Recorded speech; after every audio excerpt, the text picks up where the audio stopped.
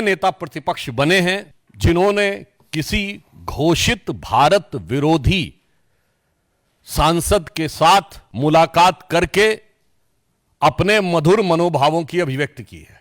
अमेरिकी सांसद Ilhan Omar जो भारत विरोधी वक्तव्यों और स्टैंड के लिए विख्यात कुख्यात हैं, पाकिस्तान गवर्नमेंट के द्वारा ले जाए गए उन चुनिंदा अमेरिकी सांसदों में से एक थी जिन्हें पाक अधिकृत कश्मीर में ले जाकर पाकिस्तान की गवर्नमेंट की तरफ से विजिट कराया गया। राहुल गांधी जी भारत के इतिहास के पहले नेता प्रतिपक्ष बन चुके हैं जिनका नाम एक समय पर पाकिस्तान ने संयुक्त राष्ट्र संघ में भारत विरोधी अपने वक्तव्य में प्रयोग किया था। सिख विरोधी, आरक्षण विरोधी बयान देने के बाद और भारत की संस्थाओं पर विदेशी धरती पर सवाल उठाने के बाद अब राहुल गांधी और कांग्रेस का हाथ भारत विरोधी तत्वों के साथ। इल्हान उमर कौन है जिससे राहुल गांधी मिले? इसने भारत के खिलाफ यूएस कांग्रेस में रेजोल्यूशन लाने का काम किया, भारत की सॉवरेनिटी को वायलेट करते हुए पीओके विजिट किया और वो भी पाकिस्तान स्पॉन्सर्ड ट्रिप पर। इमरान खान से मिलकर भारत में इस्लामोफोबिया के ऊपर चर्चा की। भारत ने जब 370 को ख़त्म किया तब उसके खिलाफ बोलकर भारत के जम्मू कश्मीर के पोजीशन के खिलाफ पाकिस्तान के जम्मू कश्मीर के पोजीशन को इंडोर्स करने का काम और लगातार हिंदुओं के खिलाफ नफरत फैलाने का काम इल्हान उमर करती है। प्रतिपक्ष बने हैं जिन्होंने किसी घोषित भारत विरोधी सांसद के साथ मुलाकात करके अपने मधुर मनोभावों की अभिव्यक्ति की है। अमेरिकी सांसद इल्हान उमर जो भारत विरोधी वक्तव्यों और स्टैंड के लिए विख्यात कुख्यात हैं, जिनके की विषय में एक सर्वविदित सत्य है कि पाकिस्तान गवर्नमेंट के द्वारा ले जाए गए उन चुनिंदा अमेरिकी सांसदों में से एक थी जिन्हें पाक अधिकृत कश्मीर में ले जाकर पाकिस्तान की गवर्नमेंट की तरफ से विजिट कराया गया था। यह अनेक मौकों के ऊपर ऐसे बयान दे चुकी हैं जो सीधे मुस्लिम ब्रदरहुड और आईएसआई के लिए प्रत्यक्ष अथवा परोक्ष रूप से सहानुभूति दर्शाते हैं। राहुल गांधी जी भारत के इतिहास के पहले नेता प्रतिपक्ष बन चुके हैं जिनका नाम एक समय पर पाकिस्तान ने संयुक्त राष्ट्र संघ में भारत विरोधी अपने वक्तव्य में प्रयोग किया था और आज अपने उनके भारत विरोधी मित्रों की श्रृंखला में एक और उपलब्धि राहुल गांधी को प्राप्त हुई है। He has further added another feather to his cap of anti India friends, जब पन्नू ने उनकी तारीफ की है, यानी पाकिस्तान से लेकर पन्नू तक के और इल्हान उमर तक उनकी तारीफों में जो पुल गढ़े जा रहे हैं उसमें एक नया नाम और भी है। ये जनाब हैं मुशफिकुल फजल।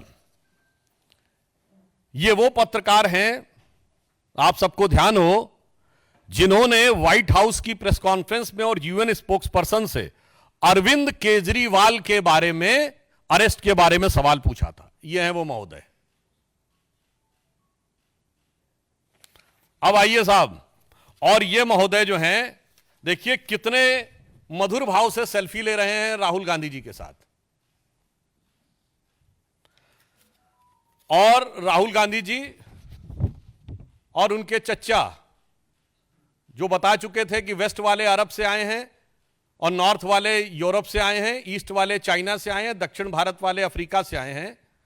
ये चतुर्दिक प्रतिभा के धनी जो इनके सैम हैं, उनके साथ ये बैठे हुए हैं। अब ये इल्हान उमर के साथ मुस्कुराहट बिखेरती हुई और हर भारतवासी को दिल को चीरती हुई यह तस्वीर है। इस विजिट में उन्होंने कुछ ऐसे शब्दों का प्रयोग किया है जिस पे मैं पूरे देश का ध्यान आकर्षित करना चाहूंगा। ये वर्ड्स उनकी डिफरेंट डिफरेंट स्पीचेस में आए हैं। I don't want to live in India, I doesn't value skilled people, I doesn't have the freedom of faith, Indians in India there are hateful peoples, Indians doesn't allow the different languages, Indian identity is not acceptable, Indian society is casteist, Indians social media influencers are for UC only, और separatist और जो कश्मीर में terror के perpetrator थे उनका समर्थन है। अब यहां पर मैं एक बात थोड़े दुख के साथ कहना चाहूंगा। मित्रों, आज 11 सितंबर है। 11 सितंबर का दिन दो चीजों के कारण विश्व और भारत के इतिहास में अविस्मरणीय है। एक बहुत दुखद याद जुड़ी हुई है 11 सितंबर से 9/11, और इस समय संयोग से राहुल गांधी अमेरिका की धरती पे हैं।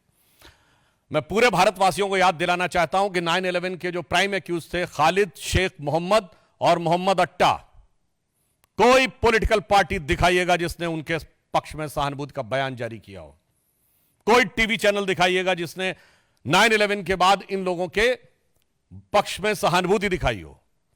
कोई पॉलिटिकल पार्टी बताइएगा जो अमेरिका के इतिहास का सबसे बड़ा सिक्योरिटी लैप्स, जो अमेरिका के इतिहास का सबसे बड़ा इंटेलिजेंस फेलोर, जिसने उस सरकार के ऊपर उंगली उठाई हो कि इंटेलिजेंस फेलोर था और सिक्योरिटी लैप्स था। ना, बल्कि पूरे अमेरिका ने और उनकी सारी पॉलिटिकल पार्टी ने फर्म रिजॉल्व किया। जॉर्ज बुश जो रिपब्लिकन थे, उन्होंने कहा कि हम ओसामा बिन लादेन को मारेंगे, और बरक हुसैन ओबामा जो कि डेमोक्रेट थे उस काम को अंजाम दिया। आज भारत में अगर उसके समकक्ष जो भारत की संसद पे हमला हुआ, जिसके लिए सर्वोच्च न्यायालय ने rare of the rarest crime शब्द का प्रयोग किया है अपने जजमेंट में, आप जाके चेक कर सकते हैं अफजल गुरु की हैंगिंग के बारे में। 7 साल उसकी हैंगिंग रुकी रही, और आज भी जम्मू कश्मीर चुनाव में कांग्रेस के मुख्य सहयोगी दल कहते हैं कि अफजल गुरु की हैंगिंग गलत थी। और यह राहुल गांधी अफजल की पहली बरसी पर, लोग शायद भूल गए होंगे वो जेएनयू में जो नारे लगे थे ना, भारत तेरे टुकड़े होंगे इंशाल्लाह, और ये अफजल हम शर्मिंदा है तेरे कातिल जिंदा, वो था क्या? वो 2015 में अफजल की हैंगिंग की पहली बरसी थी और जिसका ये लोग नैतिक समर्थन कर रहे थे। सोचिए ये 11 सितंबर हमें क्या याद दिलाता है? देश को लेकर एक ऐसी सोच। आप बताइए किसी भी अमेरिका के नेता ने बाहर जाकर कोई ऐसा विरोध किया हो? दूसरा, याद करते हुए दिल भर आता है, आज 11 सितंबर वो दिन है जिस दिन 11 सितंबर 1893 को स्वामी विवेकानंद ने शिकागो में पार्लियामेंट ऑफ रिलीजन में अपना ऐतिहासिक अविस्मरणीय वक्तव्य दिया था। दुख, 29 साल के उस युवा सन्यासी ने भारत की वो प्रतिष्ठा बढ़ाई थी कि शिकागो हेराल्ड ट्रिब्यून ने यह लिखा था कि इस युवा सन्यासी के पास लगता है ज्ञान का वो समुद्र है जिसकी एक बूंद भी हमारे सारे विद्वानों के पास मिला के नहीं है। और एक 54 साल का युवा आज जाकर भारत और भारतीय संस्कृति को लांछित करने, अपमानित करने की कोई रास्ता नहीं छोड़ता।